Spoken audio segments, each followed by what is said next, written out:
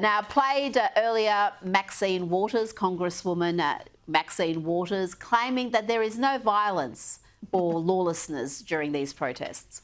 Don't think that somehow, because they called out the National Guard, there was violence. There was no violence. I was on the street. I know. Get it straight. And don't just rely on what you're being told or the few incidents that you saw.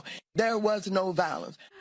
Of course, the footage of what's really happening has been superimposed behind her there. But what do you make of how the Democrats have responded to these riots? She's a veteran congresswoman, and she's not alone in trying to deny the violence and just standing with these rioters.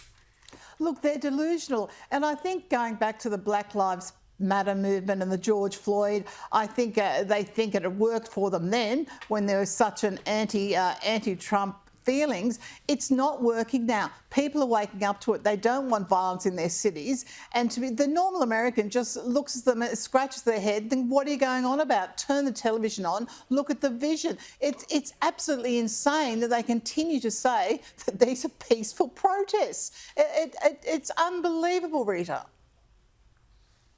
Well, we know they're not peaceful because even the Democrat mayor of LA has now instituted a curfew. So they don't do that lightly, but she said that there's just so much violence and lawlessness, so many shops being looted, so much damage being done to property that she's had to take this action. Now, earlier today, President Donald Trump... Rita, it's a shame it took her 5 days to instill that though. Well, exactly, because she was amongst the head in the sand crew in claiming that, yeah, there was nothing to see here and Donald Trump was overreacting, calling the National Guard in. Now, President Trump announced earlier today that he will restore the names of Fort Robert E. Lee and 6 other military bases that honour Confederate war leaders. For a little breaking news, we are also going to be restoring the names to Fort Pickett, Fort Hood, Fort Gordon, Fort Rucker, Fort Polk, Fort A.P. Hill, and Fort Robert E. Lee. We won a lot of battles out of those forts. It's no time to change. Teena, Joe Biden renamed those bases honouring the Confederates back in 2023. The nation's largest base, Bragg, was briefly known as Fort Liberty, but all that is over, Teena. Yeah, and I think look, it's a great thing to do, as I said, particularly on the 250th anniversary of the US Army, to honour these legends that the military have a great respect for. And we're absolutely disgusted when Joe Biden did what he did and renamed them. Well, the military has really been boosted under Donald Trump, hasn't it? We've seen record recruitment numbers. We're hearing morale is high again. And there's just been such a dramatic shift in the culture of the place. There's now a great respect for the military, and you've got Pete Hesketh doing a fabulous job. And, you know, people are proud now to join a force that they see is honourable and doing the right thing. And you know, not you don't have to be some sort of DEI program to further your career in the Army. They see it as a legitimate career move, so it's a good thing, Rita. It's great to see. I wish it would happen in Australia, quite frankly. Absolutely. Return meritocracy to the military. Now, there has been some disquiet from elements of the Trump base about the lack of arrests by the FBI. Some criticism of Kash Patel. Here is Kash Patel, the FBI director, explaining what his team is finding and what they're doing.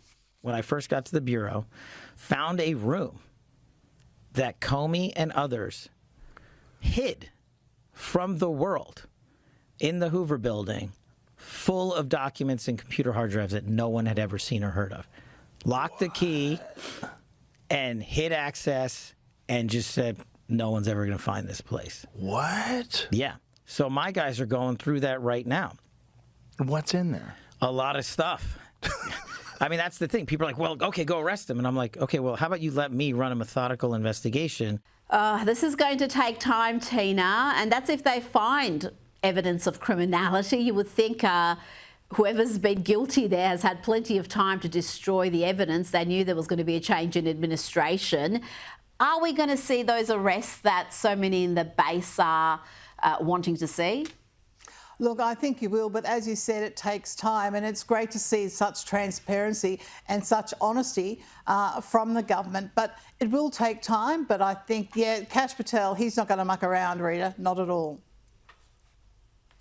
No, I don't think he will. Before you go, I've played examples of the American media doing its best to paint these violent protests as mostly peaceful, just like they did with BLM and Antifa. They're blaming the administration for the violence that's happening. And one man who would ordinarily be doing that, but he's not at the moment, Teena, because he's been suspended by his employer. That's ABC's Terry Moran. He was suspended after this bizarre tirade against President Trump and Stephen Miller. Part of it, I'll just read you a little bit of it because it went on for some time. He said, "It's not brains, it's bile. Miller is a man who is richly endowed with a capacity for hatred. He's a world-class hater." And he also said, "You can see this just by looking at him because you can see that his hatreds are his spiritual nourishment. He eats his hate." I mean, the whole thing was crazy. Yeah. And now there's reports coming out of the ABC that his colleagues, at least some of them who are talking to the New York Post, are saying they want to see him sacked. They don't want to just see a suspension because it makes all of them look terrible. Well, not only that, it's cost ABC millions of dollars. So presenters are now going to tread more carefully regarding Trump. They don't want to cost their jobs and television stations any more money. But yeah, I think they are calling for his sack, and hopefully he will be sacked and taught a lesson. And it was only a few weeks ago that he got a one-on-one interview with Donald Trump. So how quickly things change. Teena McQueen, thank you so much for your time tonight. Thanks, Rita.